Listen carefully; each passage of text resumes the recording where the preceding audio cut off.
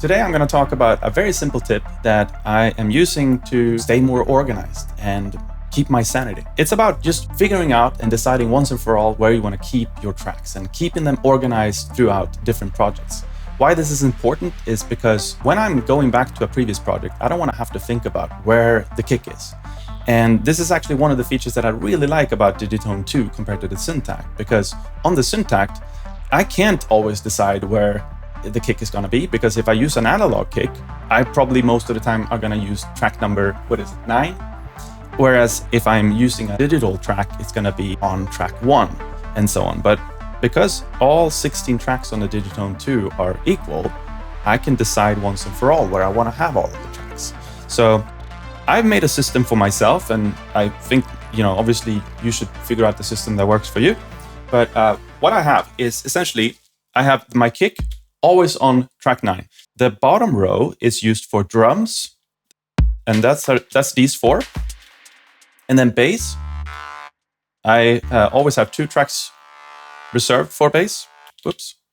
And then I have 15 and 16 for reserve. This is not actually used. This would be for swooshes or textures or atmospheric stuff. And then I have all of the melodic parts, except for the bass, on the upper half. So I start with pad. I call it a pad. And this is also kind of a pad. And then I have ARP on 3 and 4. And then, and I just always reserve these spaces. So in this case, I'm not using track number 4, but I always reserve 2 tracks for ARP, 2 tracks for pads, and then 2 tracks for lead sounds. So these are actually layered. And then I have 7 and 8 for extra synths if needed. In this song, I wasn't using it. So here's how that sounds like. And what's so nice about this is if I'm performing and I want to mute all the drums, I know that it's always going to be these. If I want to mute the bass, it's always going to be these 2. Same if I want to mute all of the other synths, it's going to be like this. So it's just very, very convenient. I never have to think about it. And if I go back 6 months later to a project that I was building in the past, I don't have to think about it. I know where everything is.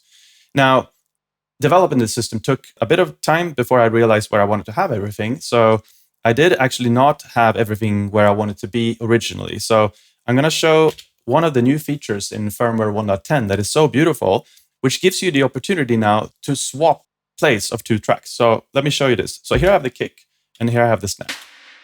And they're all programmed in the sequencer too. So the kick has this pattern, the snare has this pattern. Now what I can do is I go into setup and I go to track swap, one of the new features. And then I hold down the 2 tracks that I want to swap place for. So in this case, if let's say I wanted to switch place for the kick and the snare, I just hold them both down. And now the snare is here and the kick is here. And you continue to play like normal. Now I want to undo that right away because I want to have my system remain organized. But so the point here is you can always go back to previous projects, and you don't have to meticulously reprogram your previous project if you want to have a setup. So this is useful if you're playing live, if they have a full live set. You now have the opportunity to just know that here are my drums. I always mute them on these tracks. And here are my melodics. So here's how I mute those.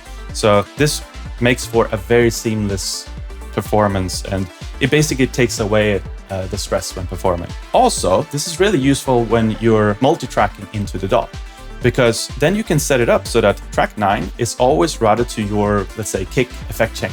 And you can set up side chaining and all sorts of things between the kick and the bass.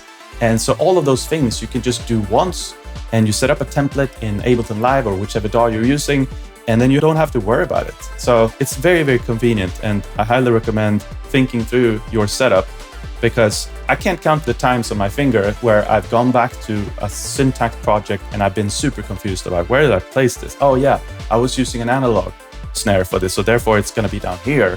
Whereas on this other track, I had it up here because it was not a analog snare. So, I wish that they could fix that actually on the Syntakt, because logically you should still be able to swap around the tracks, even though 4 of them are always going to be locked to the analog voices. There's no reason why you shouldn't be able to just move things around anyway. So maybe that will come in a future firmware update, but at least for now, The Digitone 2 has it as of version 1.10, and it's super convenient, and I highly recommend that you give it a try. That's all I had for today. I hope that was useful. If you have things that you'd like to learn more about on the Digitone 2 or the Syntakt, drop a comment and I will for sure consider it. With that said, I hope you had a great day and hope to see you next time. Thank you.